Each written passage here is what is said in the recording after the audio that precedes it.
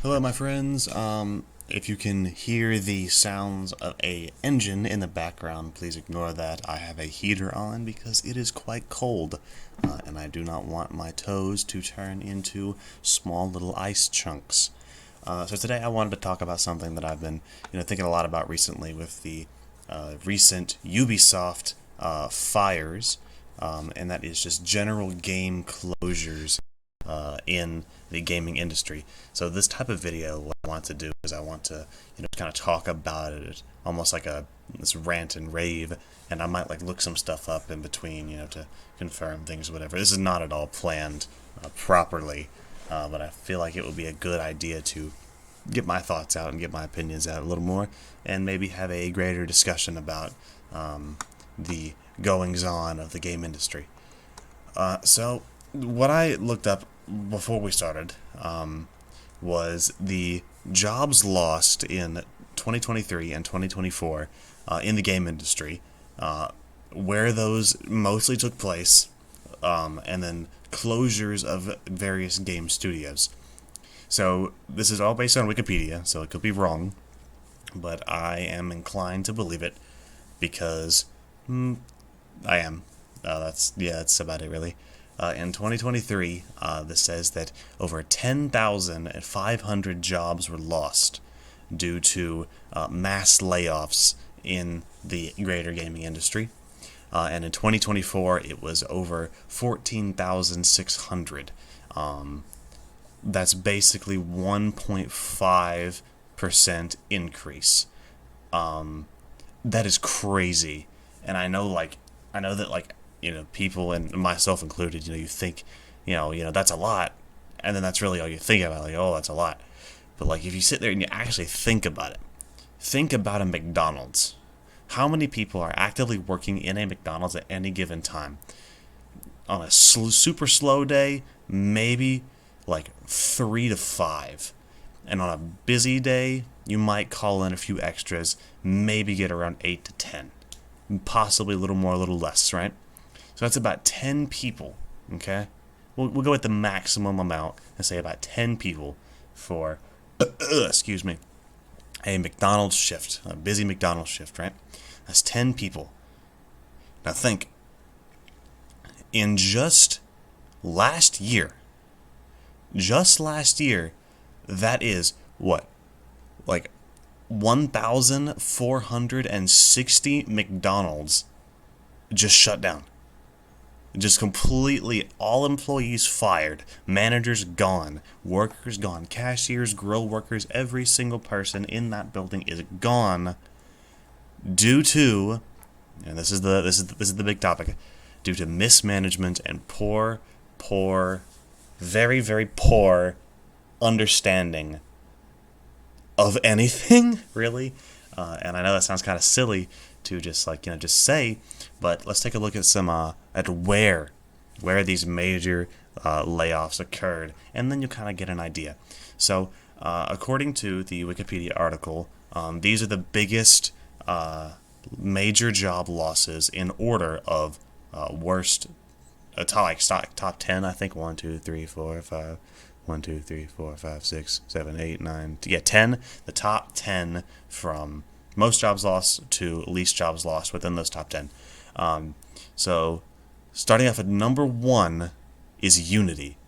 Now, I don't really know a lot about the Unity stuff. I know that there was this major scandal. I don't think it was last year. I thought it was the year before, where they you had the whole money thing. I remember that. I'm not super versed on that. But number 2 is Xbox, Microsoft Game Studios. Now that is something I do know about. Something I can talk about. It's so fitting. It's so incredibly fitting, and so incredibly sad that don't get it wrong. Number 4 is Sony. Number 4 is PlayStation. So number 2 is Microsoft. Number 4 is Sony. And EA is number 3. But Sony and Microsoft specifically, it's just so fitting that you have these gigantic, actual behemoths of companies, these companies that rival the top of the top. These are like the 1% of the 1%. And they clearly have no idea what they are doing. They have no clue whatsoever. They have no clue. Let's take a look at some of the big flops this year. Let's look at biggest flops in gaming 2024. Let's take a look here. Let's see. Major AAA gaming flops. This comes from Acer blog. I've never heard of them, but hey, we'll go with it. Skull and Bones. Ubisoft's flagship quadruple A game. Quadruple A. And just a little teaser. Major job losses, that little top 10. Ubisoft is 1, 2, 3, 4, 5, 6, 7, 7th. I'll go ahead and read you the list. Number 1 is Unity. Number 2 is Xbox. Number 3 is EA. Number 4 is Sony. Number 5 is Epic Games. Number 6 is Take-Two. Number 7 is Ubisoft. Number 8 is Sega. Number 9 is Riot Games. And I guess it's not top 10 because I don't have a number 9 here. I must have forgot to write that down. My bad. So, Skull and Bones is on this list of biggest flops of all time. This says that reports indicate Ubisoft invested between $650 to $850 million. That is insane. That is crazy.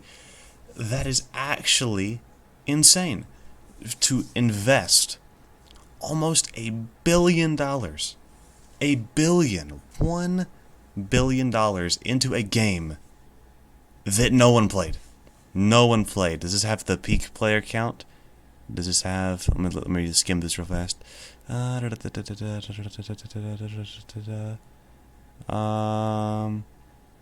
Here we go. Yeah. At launch, Skull and Bones attracted around 850,000 players, but the majority of these were trial players from the 8-hour free access. Oof. That is... ouch. That is... ouch. Oh, wait, here it is, right here. Right now, whenever this was written, I can't... January 15th, or October 2024, it was edited the 15th. In October of 2024, it had about 400 players active on Steam. For a almost $1 billion investment, that makes me want to cry. That is like some actual sadness. Now let's just keep a mark here. Keep a little mark in the back of your head. What does this game have? Live service elements. Now I'll leave that at that, and we'll move on to the next one. Next up is Suicide Squad: Kill the Justice League. Oh, this hurts. This hurts because I love superheroes. I love DC superheroes. Love Marvel. Love all of that. Warner Brothers games. Warner Brothers, their gaming studio, might be floundering a little bit right now. A huge Mortal Kombat fan. Pretty sad about the current state of Mortal Kombat, but that's another topic for another day. On to Suicide Squad: Kill the Justice League. Ooh, oh, it's sad. Developed by Rocksteady for the from the Batman Arkham games. This game, it was a narrative flop. It was a gameplay flop. It looks bland. The Batman Arkham games they had like their own unique art style. The first one, I only played the first one. I own all of them. I only played the first one. The first one, it looks like this comic. It looks like a comic book. It reminds me of Marvel Rivals, like right now, where like it's cel shaded. It's a little bit bright in some areas, but dark in others. It looks like a moving comic book. It has its own unique art style. All the characters look unique.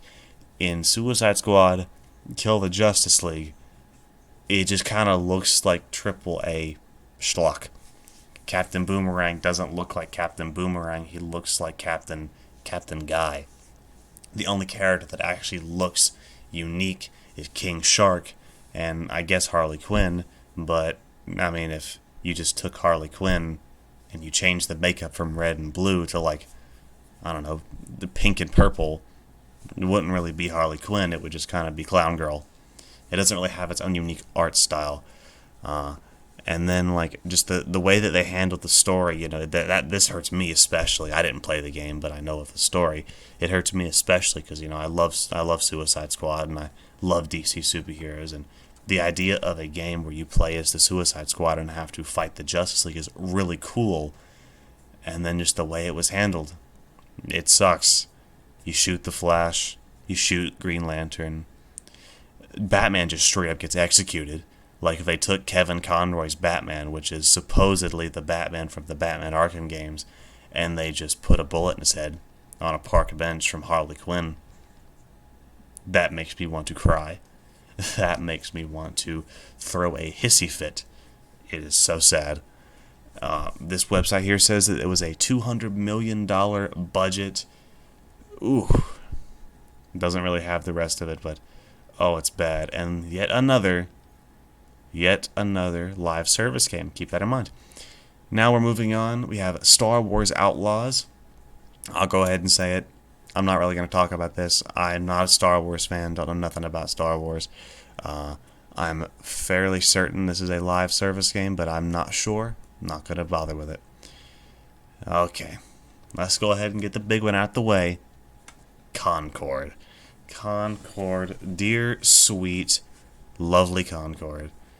This game fills me with such a deep, primal giddiness. It's so silly. It's so silly. It is a live service hero shooter developed by Firewalk Studios, rest in peace, for the PlayStation. This is not just considered the biggest failure in gaming. This is like actually considered possibly the biggest flop in entertainment history, with a predicted $400 million budget and a peak player count of 700. That is... Oh, it's so sad. It's so sad. It's so sad because Firewalk Studios, you can tell they have talent. You can tell they have talent. This game was just forced up by the executives, but the game has, talent.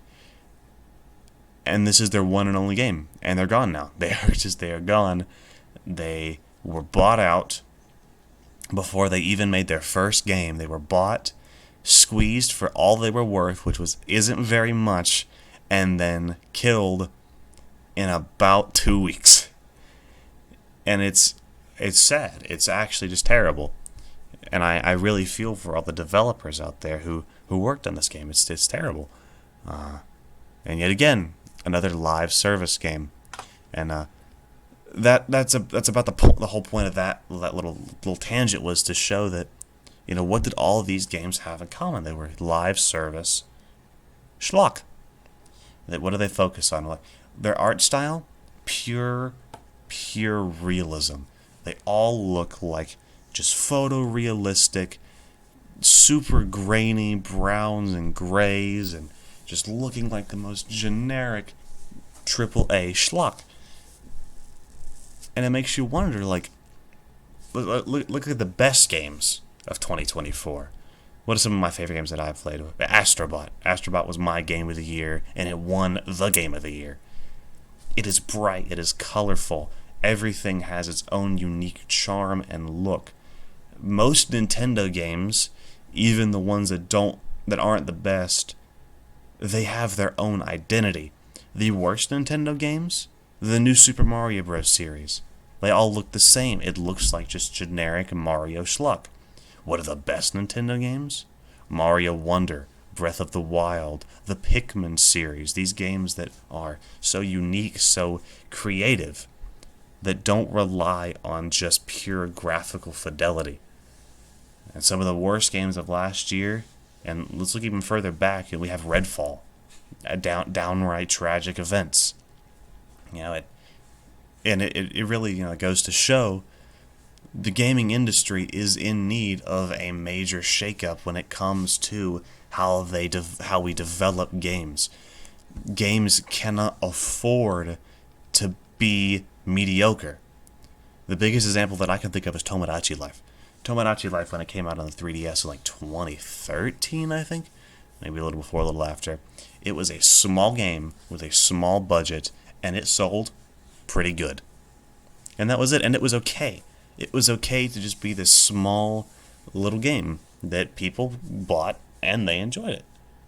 And if they made a Tomodachi Life 2, I would sell my soul for that. But I guess can't have everything you want, especially when it comes to Nintendo. But like these games, another common denominator was their humongous budget, their huge, gigantic budget, and how long they took to develop. Concord was in development for like 12 years, and it wasn't even online for a month. That is insane. It's crazy. And I'm running out of ways to say it's crazy because there aren't that many synonyms in the dictionary to like showcase how wild it is. We look at games like Redfall versus games like Astrobot, or better yet, Concord and Astrobot. These big Sony games. They big push for Sony games. I mean, both Concord and Astrobot were shown off in the same state of play. Concord opened, Astrobot ended. One game of the year, and the other was shut down in almost like 11 days. Look at Xbox. You have Hi-Fi Rush, and you have Redfall, or Starfield, or any other game that Xbox develops. Hi-Fi Rush with this commercial darling. It was incredibly well received. It won awards. It won prestige. And they shut down the studio. And it's alleged that the reason they shut down the studio was because they were trying to make a sequel. That is crazy. And it's at the point now, at least when it comes to Microsoft, that a game doing poorly, like Redfall, was enough to axe the studio. They made Arcane Austin was known for making some incredible games, and then they made their one failure, and they're gone. And then we look at Tango Gameworks, which made Hi-Fi Rush. They were now, I don't think they were very known before, but they made Hi-Fi Rush, which was a commercial darling, won several awards, and they still get axed. So at least when it comes to the Xbox den of the woods, you are not safe when it comes to making failures, and you are not safe when it comes to making successes. I have faith. I don't have faith, but I'm holding out hope that, Team Asobi, who made Astrobot, will be able to, stay afloat. Hopefully, whenever they make Astrobot 2, they aren't shut down. And it's crazy. And then, not too long before or after, kind of hard to remember when, they shut down Tango Gameworks, Arcane Austin, and then 2 other studios at the same time. They raised the price of Xbox Game Pass. And like from the outsider looking in, it makes me wonder, are they going bankrupt? They shut down 2 critically acclaimed studios and then raised the price of a subscription service. Are they going bankrupt? And I mean, it makes sense, Game Pass is an incredible deal. There's no way it can be profitable, at least not profitable enough to make the investors happy. But they still, they shouldn't really have the ability to just axe people like that. I mean, I guess they have the ability to do whatever they want to with their company, but I think back to that number, 14,000. Go ahead and round it up to 15,000. That's 15,000 individual people that are out of a job.